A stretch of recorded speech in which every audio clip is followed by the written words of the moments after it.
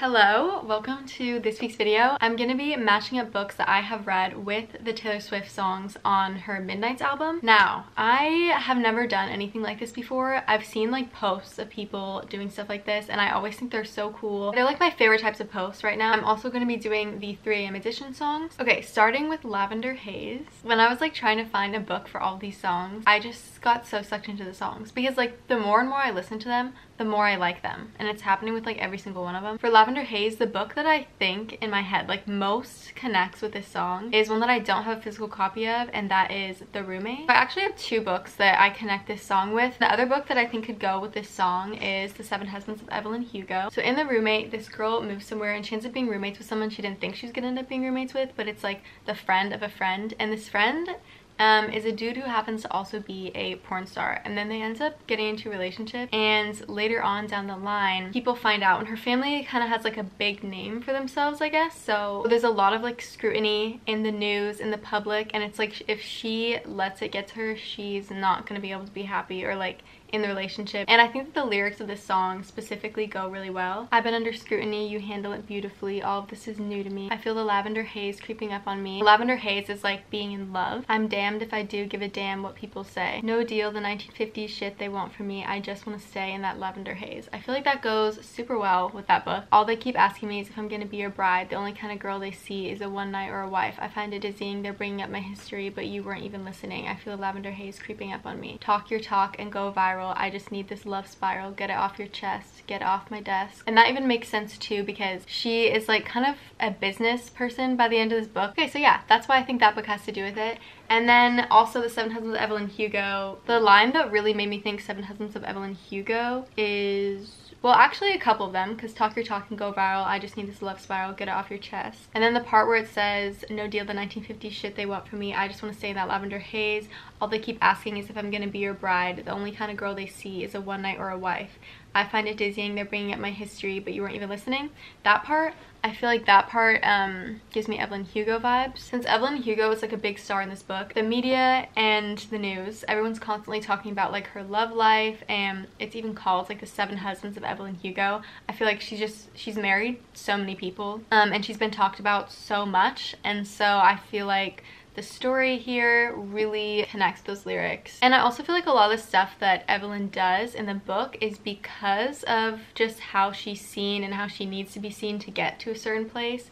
But then if she actually wants to be happy, she has to just not give a damn. For Maroon, I chose Love in Other Words by Christina Lauren. I had a kind of a hard time finding one that I felt like fit this song really well, but I feel like this one does. Not the entire book, but like a big part of it, because in the song it starts off talking about like a friendship, laughing with my feet in your lap like you were my closest friend. How'd we end up on the floor anyway? You say your roommate's cheap ass screw top rosé. That's how I see you every day now. That kind of reminds me of this, because this is a second chance friends to lovers, and this reminds me of the friends part of it. And I chose you, the one I was dancing with in New York, so like someone from their past. The rust that grew between telephones, the lips I used to call home, so scarlet it was maroon. That reminds me of like the time when they were apart for like 10 years. When the silence came, we were shaking, blind and hazy. How the hell did we lose sight of us again? This reminds me of the part where they get back together, but then there's that like kind of fight because something's not being said, you know? The part that's like, and I wake up with your memory all over me, that's a real fucking legacy.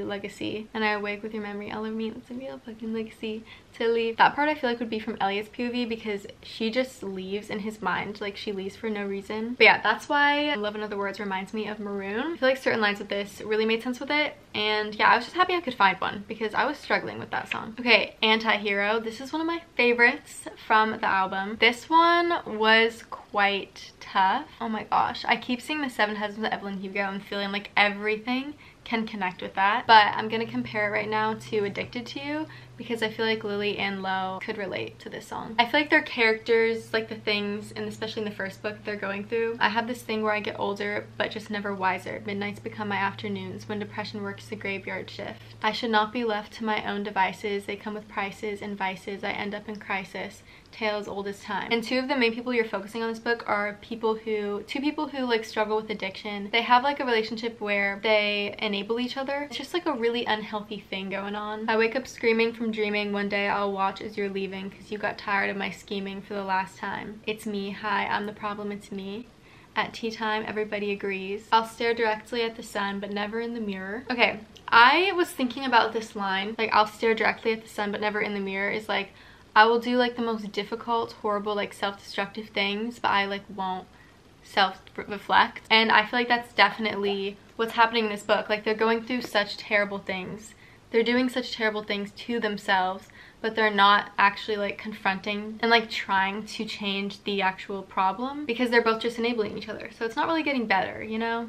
Yeah, I'll stare directly at the sun, but never in the mirror. It must be exhausting, always rooting for the anti-hero. That's why I think this book connects to it. And also, after seeing this book, I'm like, okay, wait, this one kind of connects to it too in a lot of ways. Addicted to You. Great book, great book. It's really a great series. I feel like if you just read the first book, it's just pain. Okay, next up, Snow on the Beach. So the book, this is one of my favorites. I compared Snow on the Beach to Beach Read. Beach is in the title, first of all, but that's not even, well, okay, that's a small reason of why I picked it, but the other reason is it fits so well. One night a few moons ago, I saw flecks of what could have been lights, but it might just have been you passing by unbeknownst to me. So Gus and January are both writers. They end up like meeting each other and forming this sort of relationship eventually, because they live in like beach houses or like next to each other. They just live next to each other. That's how they end up like reconnecting. But they knew each other before, and they were like dancing at a party, and it was this scene where they like made eye contact and they were like about to go up to each other, and they've like known of each other and they've like both been interested in each other, but they didn't know the other person was interested in them. And they were kind of like, at least definitely in January's head, as I'm remembering, they were like kind of rivals-ish. I just think the part where it's like, saw flecks of what could have been lights, but it might have just been you passing by unbeknownst to me. That like flicker of something from the past that was like passing by, I feel like that really made me think of that scene in this book. Life is emotionally abusive and time can't stop me quite like you did. The life's emotionally abusive part kind of reminds me of just January's situation. To be honest, I don't quite remember Gus's whole situation, but I remember that that's true for him too. I forgot like in which way, but definitely January, the book dives deep into like her past and like why she's at the house, and it's not really like a happy reason. Okay, wait, this is one of my favorite things that I was thinking about when I was like connecting these two, is that her name's January and his name's Augustus, and I feel like the beach in like August and they're on the beach, but then her name's January, like winter, like the snow, you know?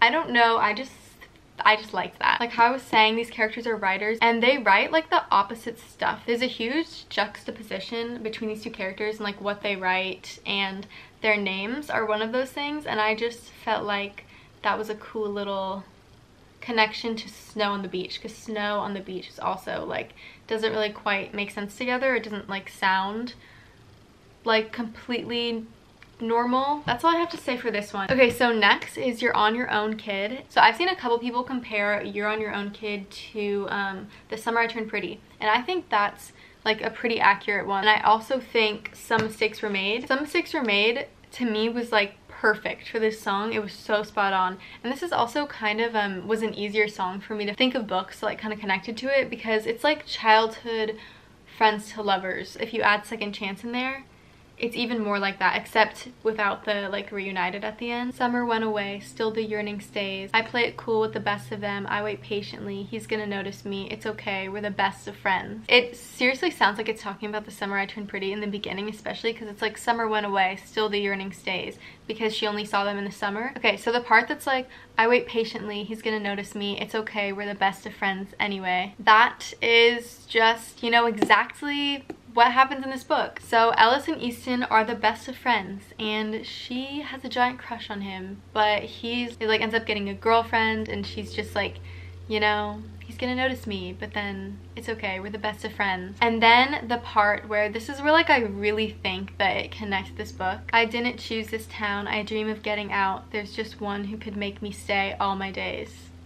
That is so accurate to this book, because one of the big things about Ellis is she wants to travel the world so bad. Like Her and Easton talk about it a lot. She has like all these pictures of places, I'm pretty sure. She just like, her big goal is to just like travel after she finishes high school. And another thing, her like home life, like how she was brought up, it wasn't like very supportive. She didn't have like a stable home life. The town that she lives in, there's like people expecting her to be a certain way, and I get that like feeling from this book where it's just like she wants to get out of this small town, but there's just one person who can make her stay, and that's Easton. And that's so on the dot with this one. That's just perfect. I searched the party of better bodies just to learn that you never cared. From sprinkler splashes to fireplace ashes, I waited ages to see you there. I searched the party of better bodies just to learn that you never cared.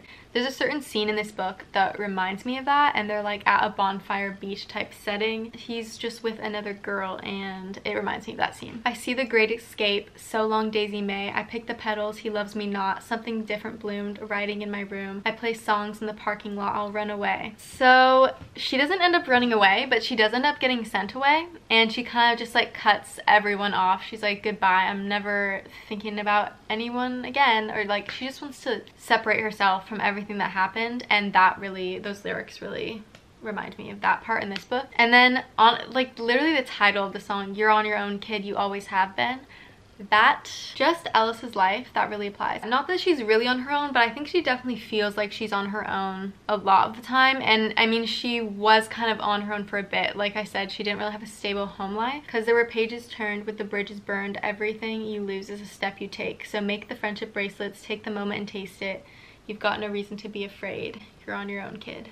That reminded me a lot of this book as well. Also, I feel like I should just add, this was one of my favorite books from the entire year. I feel like you should read this if you haven't. Wanted it comfortable, I wanted that pain. I love that song. Midnight Rain was one of my favorites from the start, and it was actually probably my favorite on first listen, and it's still one of my favorites. It's so catchy. So for Midnight, it was actually pretty hard for me to find a book for this one too, because what my mind immediately went to is love triangles, because there's usually a safe option and then a dangerous option filled with like pain and passion and heartbreak and like ups and downs. But I didn't really think of one that I could use for that I like really wanted to, and I felt like it fit good. I ended up going with People We Meet on Vacation. I feel like this can kind of be said that it's a second chance friends to lovers sort of situation, and then there's like a gap in between where they're not really, where there's like miscommunication, or they're just like it's not working and they come together, you know, like that sort of thing. I really connected this book with this song because Alex wants like a comfortable life. Like he knows what he wants. He wants to settle down.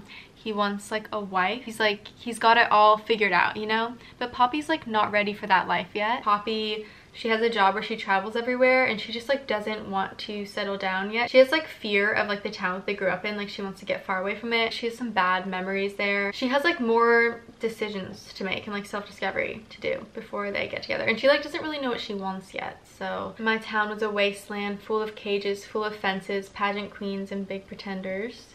I don't know about the pageant queens and big pretenders part, but my town was a wasteland full of cages and fences. It came like a postcard, picture perfect, shiny family, holiday, peppermint candy, but for him it was every day. So I peered through a window, a deep portal, time travel, all the love we unravel, and the life I gave away. Yeah, so I feel like that somewhat fits People We Meet on Vacation, and they do end up getting together in the end though, but it does kind of fit that book. Okay, next up is Question.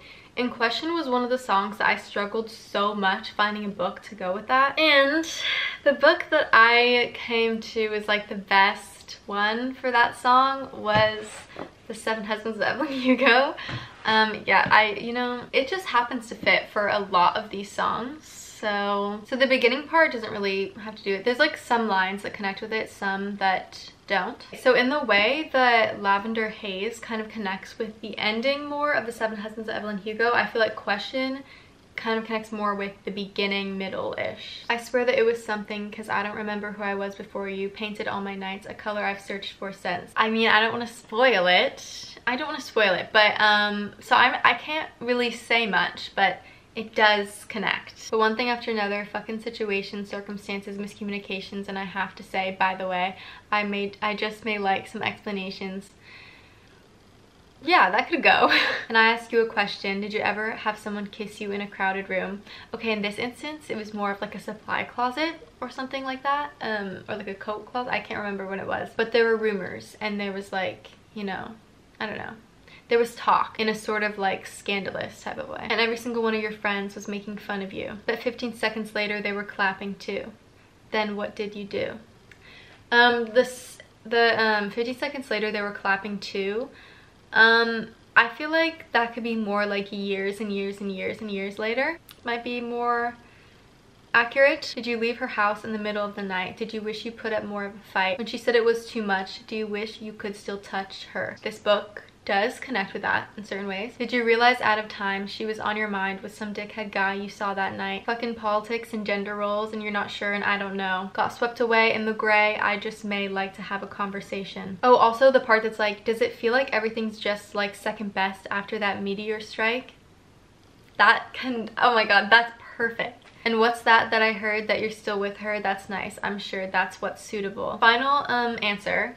The Seven Husbands of Evelyn Hugo goes the best with this song out of the books that I've read. Okay, one of my favorites, and this book goes very well with this, I feel. So this is vigilante shit, and okay, so imagine Kaz Brecker from Six of Crows singing this song, walking down the streets on his way to seek revenge, okay? Because this is a song about revenge, and revenge was Kaz Brecker's whole purpose, okay? He was living for revenge. I just think this song is perfect for him. Okay, so starting off right from like the second line, you did some bad things, but I'm the worst of them.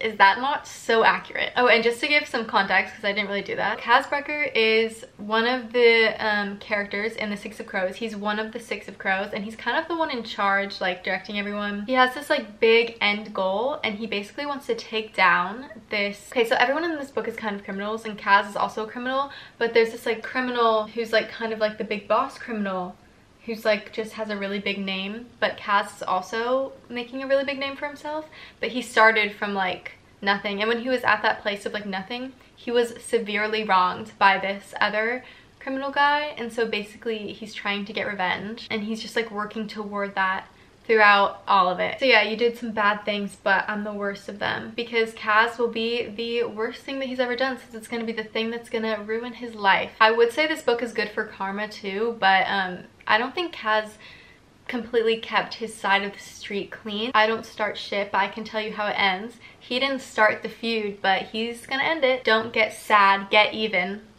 Yeah, that's exactly what he does. Yeah, I love that song a lot, and I love this book, and it goes great. Bejeweled, another song that, this is actually the hardest one that I had the hardest time finding a book for this, and I can say like there's a lot of scenes that relate to the song Bejeweled in books, but I can't think of all of them. So one that came to my mind is Chain of Gold. It's a little bit messed up to say this one because there is a situation in this book where it's like, okay, but like you can't be that mad, but at the same time I do feel like Chain of Gold works, because there's that scene where Cordelia is all dressed up and it's like swinging the fire around. Putting someone first only works when you're in their top 5, and that is something about this book that frustrated me so much, as I was like, you know what, just like don't like him anymore. Of course I got to a certain point in the book and I was like, oh okay, got it. Best believe I'm still bejeweled when I walk in the room. I could still make the whole place shimmer. Don't put me in the basement when I want the penthouse of your heart. Did all the extra credit, then got graded on a curve. I think it's time to teach some lessons. So yeah, this is the one that I thought of, guys. I feel like there's more for sure. I feel like it's right here and I can't reach it, and it's in my head and I don't know what it is, but for now this is the one that I thought of. I also thought of Jude, the part where it's like, I made you my world, have you heard I can reclaim the land. Okay, next up, Labyrinth, and I feel like the one I found for this song matches pretty well. I really like this one. So for Labyrinth, I chose 7 Days in June. I feel like this is the perfect book for this song. It only hurts this much right now was what I was thinking the whole time. Just to give a little bit of context for this book, this is a second chance romance where there's like 7 days in June when they're in high school and they meet and they fall in love, and it's like passionate, and they both have like things going on that are like pretty, they like have like really hard home lives, and they go through a lot of traumatic stuff. I think it's 15 years later, they meet each other again at this writing event because they're both writers, and the whole time they have kind of been each other's muses and they haven't forgotten about each other, and they're like the love of each other's lives. It only hurts as much right now was what I was thinking the whole time. Like the pain of losing something that like could have been something so great never really stops hurting. Breathe in, breathe through, breathe deep, breathe out. I'll be getting over you my whole life. And then the part that's like, Uh-oh, I'm falling in love again. Oh no, I'm falling in love again. I thought the plane was going down. How'd you turn it right around? You would break your back to make me break a smile. You know how much I hate that everybody just expects me to bounce back just like that. Those are the key lyrics that I felt like really connected with these books, and those are most of the lyrics in the song. Okay, next up, Karma. There were so many options for this one, but I ended up going with Shadow and Bone, and I'm going off of the Darkling and Alina. I feel like what the Darkling ultimately gets is karma coming back around. You're talking shit for the hell of it, addicted to betrayal, but you're relevant. If anyone's gonna betray you, it's gonna be the Darkling. You're terrified to look down, because if you dare, you'll see the glare of everyone you burned just to get there. It's coming back around. That is so him. And when she says everyone you burned just to get there, that's literally, that's actually, he literally has killed so many people. And like, if you think of the creatures, sorry, it's been a while since I read this book, so I don't know all the terms, but the creatures in like the darkness, they literally, that's like a physical karma that like attacks him at one point in the book, like all the people that he burned just to get to where he was. And I keep my side of the street clean, you wouldn't know what I mean, because karma is my boyfriend, karma is a god, karma is a breeze in my hair on the weekend, karma is a relaxing thought. Aren't you envious that for you it's not? My pennies made your crown, trick me once, trick me twice, don't you know that cash ain't the only price? He's trying to use her powers for his own benefit, but it comes at the price, and he basically uses her like his own little doll. Ooh, ask me what I learned from all those years, ask me what I earned from all those tears, ask me why so many fade but I'm still here. Think of the ending when you think of that. Yeah, so I feel like that really fit. Okay, the next song, Sweet Nothing, and I don't have the physical copy of this book, but it's one of my favorite ones that I found for like the comparison, and that is Book Lovers. Outside they're push and shoving, you're in the kitchen humming, all that you ever wanted from me was sweet nothing. I feel like this goes because everyone assumes something of Nora, like she's a certain type of person, but Charlie's the only one who's like, she doesn't have to be like any certain type of person. She could just be like herself, and he likes her exactly as she is and all of her sharp edges and all. On the way home, I wrote a poem. You say, what a mind, this happens all the time. That's them. That is them. Industry disruptors and soul deconstructors and smooth talking hucksters out glad handing each other. And the voices that implore you should be doing more. To you I can admit that I'm just too soft for all of it. I feel like I don't even just need to say much, like this is kind of self-explanatory, but Charlie is one of those rare people in her life where she can just be like so honest with and so herself with. Also, like, he wants nothing from her. He's not asking her to like compromise anything of herself. The next song's Mastermind, and this book I saw, I want to remember whose TikTok I saw this on. I saw someone say that compare Mastermind to this book on a TikTok as like recommending it. Okay, so the TikToker that I saw this on is sb.reads, and she compared Mastermind to Better Than the Movies, and I just think, sorry you can't really see it, I just think this is so accurate. You and I ended up in the same room at the same time, and the touch of a hand lit the fuse of a chain reaction of counter moves. So if there's one person planning out like a relationship to happen, it's Liz Buxbaum. She makes a deal with her neighbor Wes to try to form a relationship with one of Wes's friends who was like her old neighbor, and she had a huge crush on him when she was younger, and he's like coming back, and she's trying to find a way to basically end up with him. If you fail to plan, you plan to fail. Strategy sets the scene for the tale. I'm the wind in our free-flowing sails.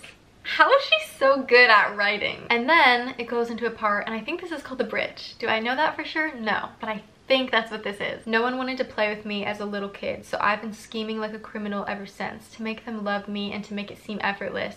This is the first time I felt the need to confess. And I feel like this really actually fits Liz perfectly, because there were a couple times in the book where they're talking about who Liz was when she was younger, and she was kind of like an outcast from everyone else because she was like, I think she was like acting out plays or something, but she was always like playing by herself, like alone, and everyone else was like doing something else. I feel like that this book fits like almost every single lyric of this song. We are done with the main tracks. Now we're on to the 3 a.m. ones. Okay, so starting with, oh my god, there's so many 3 a.m. ones. Okay, so starting with The Great War. There are two books that I thought of for The Great War. You Deserve Each Other. My knuckles are bruised like violets, sucker punching walls, cursed you as I sleep talk, spineless in my tomb of silence, tore your banners down, took the battleground.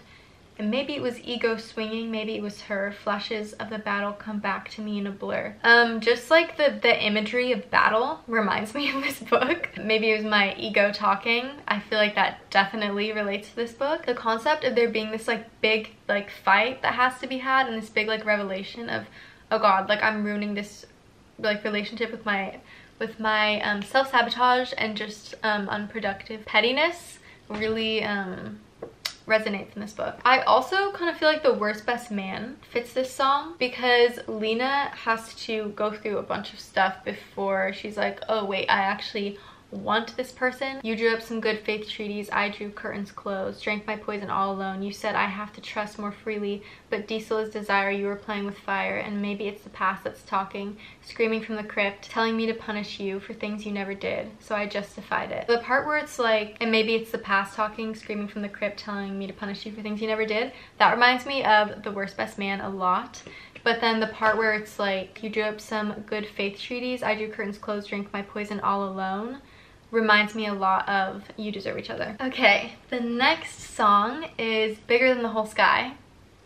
This is such a sad song, and I found a perfectly heartbreaking book to go along with it. Darling Venom is just the perfect book, in my opinion, for this song. It's the best one of my collection that I could associate with this. It's a romance, but it also is like intermingled with this big tragedy that happens, and in the beginning part of this book it's following a relationship that like abruptly stops and like something very tragic happens, and then there's like a different relationship that happens, but like still unpacking all of that tragedy that had occurred. The beginning person in this book, which is Kellen, so basically this song reminds me of Kellen. Here are the lyrics that really got me. So honestly, the whole song: no words appear before me in the aftermath, salt streams out my eyes into my ears. Every single thing I touch becomes sick with sadness because it's all over now, all out to sea. Because before Kellen is no longer alive, him and Charlie or Charlotte have this thing going on. Goodbye, goodbye, goodbye. You were bigger than the whole sky. You were more than just a short time. I like really liked connecting this song with this because Kellen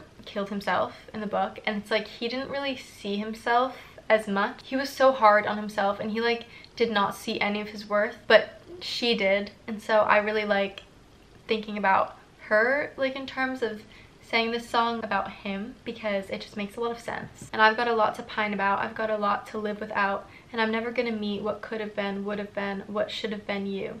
What could have been, would have been you. Okay, for Paris, once again, I'm bringing out the 7 Husbands of Evelyn Hugo because I think it just matches this song really well. The song starts off talking about like gossip and just some random stuff that happened, and it's basically like, I don't care about any of that. I'm just like with the love of my life, having a great time. I connected this song with like the ending of the 7 Husbands of Evelyn Hugo. Not the like in present time ending, but like how she finished her life with the love of her life. So they're talking about like drama, and they're like, and the outfits were terrible, 2003 unbearable. Did you see the photo? No, I didn't, but thanks though. I'm so in love that I might stop breathing. Drew a map on your bedroom ceiling. No, I didn't see the news because we were somewhere else. Stumble down pretend alleyways, cheap wine, make believe it's champagne. I was taken by the view like we were in Paris, like we were somewhere else. Privacy sign on the door and on my page and on the whole world. Romance is not dead if you keep it just yours. That line really resonates with this book. I want to transport you to somewhere the culture's clever, confess my truth in swooping, sloping, cursive letters. Let the only flashing lights be the tower at midnight. This song's so cute. Next up, we got High Infidelity, and I basically just chose like the only book that had like cheating in it that I could think of, and that was Conversations with Friends, Sally Rooney, and I'll just say some lines that remind me of it. I was connecting this from Nick's perspective, being in his marriage with Melissa, and then how he's having the affair with Francis. Lock broken, slur spoken, wound open, game token. I didn't know you were keeping count, rain soaking, blind hoping. You said I was freeloading. I didn't. Oh my god, wait, this actually connects very well. I didn't know you were keeping count. The way that Melissa talked about Nick, like I was like, why are you married to him if you think all those terrible things about him? Yeah, that really reminds me of it, because it's like, I didn't know you were keeping count. I didn't know you had all these bad opinions of me that you were just saving up to use to make me feel bad. So you really want to know where I was April 29th. Do I really have to chart the constellation in his eyes? You know, there's many different ways you can kill the one you love. The slowest way is never loving them enough. Do I really have to tell you how he brought me back to life? So yeah, that's the book that I chose for this song. The next song is Glitch. This one came to me instantly when I was hearing the song. Like, not instantly, but like I thought of it very fast, whereas the other ones, sometimes it took some time. Josh and Hazel's Guide to Not Dating reminds me a lot of Glitch. We were supposed to be just friends. Oh, I should probably say, this is like a friends to lovers, but it's not like a second chance or anything. They just start off knowing each other in college and then meeting later because Hazel's like best friends with Josh's sister, and they don't even know that, but then they meet later on. They're like, oh, you're best friends with my sister, and it's like that sort of thing. But basically they're trying to help each other date and like go on dates and stuff and like find people, but they're not dating each other. They're just like helping each other by like setting up dates and stuff like that, if I'm remembering correctly. But yeah, they're not supposed to be dating each other. But then there was a glitch, so I feel like it really makes sense for this song. I think there's been a glitch. 5 seconds later, I'm fastening myself to you with a stitch, and I'm not even sorry. Nights are so starry, blood moonlit, it must be counterfeit. I think there's been a glitch. That's like basically what happened in this book. There was like a slip up, and they're like, oh wait, like an accident where they like accidentally slept with each other, and then now they, you know, then they were together. Yeah, I can't remember why they were trying so hard not to be together. I can't remember. I was supposed to sweat you out in search of glorious happenings of happenstance on someone else's playground. They were supposed to like find other people for them to like love, but then they ended up finding each other. At least I think that's what that line means, because honestly that line confused me a little bit, but I think that's what it means. Would've, should've, could've. One of my favorite songs on this album, and it goes so well in my opinion with The Invisible Life of Addie LaRue. If you would have blinked, then I would have looked away at first glance. If you tasted poison, you could have spit me out at the first chance. So basically, this girl Addie LaRue, it's like way back in the day, like what, 1700s? I don't even remember, but it's like a super long time ago. This girl Addie LaRue is supposed to be getting married to this guy in an arranged marriage, but she really doesn't want to. So she goes and runs away and goes into the forest when it's starting to get closer to nighttime. And she was told before never to pray at night to like one of the night gods or whatever, because it's like bad, like those are bad gods. But she went and she did it anyway because she's like, I cannot get married right now. So she's praying to this god, and then she's like, I just need like my life back. Like I want like my own life. I need my life back. I can't remember exactly what she said, but it was something like that. And then he's like, okay, you know, I'll give you this life. You can live forever and be invisible to everyone, and like right when you walk out of their line of vision, they don't remember you. Like you're always invisible, because they could see you in the moment when they're looking at you, but no one will ever remember you for all of that time. And that was like the consequence to her asking that. And she lived like 300 years like that, and like that's where you start in the story. Later on is like going back to the past flashbacks, and then her present time, which is 300 years later, she's been around. Her and like the god who's named Luke in this, they kind of maintain somewhat of a relationship, and you later find on in the books, like they even end up getting together at one point, but it's like, it's not like a book that has you rooting for them to be together, because he's terrible, like awful, but it's like one of those situations where she's so lonely and he's the only person that like remembers her. Like she'll go, I don't know, 60 years without seeing him. Like it's just, it's a tough situation. But in this situation, there's a obvious like power dynamic where Luke's the one in charge. He's the one who granted a wish where he knew that she didn't know what she was asking for, but she basically became his like plaything. She didn't know what she was getting herself into, and he knew that. And it's like, if you tasted poison, you could have spit me out the first chance. Like you didn't have to do this to me, but you chose to do this to me. So many lines in this song like really sound like it could be talking about this book, because it's like, okay, oh, all I used to do was pray. Would've, could've, should've. If you never looked my way, I would have stayed on my knees, and I damn sure never would have danced with the devil. This is so accurate, because she was literally on her knees praying, and she would have stayed that way if he wouldn't have come. And she ended up making a deal with the devil, basically. And now that I'm grown, I'm scared of ghosts. Memories feel like weapons. And now that I know, I wish you'd left me wondering. And if you never saved me from my boredom, I could have gone on as I was, but Lord, you made me feel important. And then you tried to erase us. So basically, he gave her this thing that made her different from everyone else and like special or important. He's literally like a god to her, so. And then you tried to erase us. He literally erased her from anyone else's memory. But he also made it to where he would go so long without talking to her. It was clear that she meant so little to him, but he did this thing that completely changed her entire life and made her go through so much. God rest my soul, I miss who I used to be. The tomb won't close, stained glass windows. In my mind, I regret you all the time. The tomb won't close. She won't die. If clarity's in death, then why won't this die? Living for the thrill of hitting you where it hurts. Yep. Okay, dear reader, I actually am choosing the same book for this one because I feel like it fits. And also the whole book is like one that she told, like it's like her story, so it fits in that way too. Dear reader, get out your map, pick somewhere and just run. Dear reader, burn all the files, desert all your past lives, and if you don't recognize yourself, that means you did it right. Dear reader, when you aim at the devil, make sure you don't miss. I think that line is actually what made me think of this book. Oh, and this line. Okay, so I wander through these nights. I prefer hiding in plain sight. My fourth drink in my hand, these desperate prayers of a cursed man. Literally, she's cursed. If you knew where I was walking, to a house, not a home, all alone, because nobody's there. No one sees when you lose when you're playing solitaire. Alright, so those were all of the books that I could connect to songs in the Midnights album. I hope you had a fun time watching this. I think I've been filming for like 2 hours or so. I don't know. It's been a while. I hope you have a great day whatever day you're watching this. Remember to like and subscribe, and I will see you in the next one.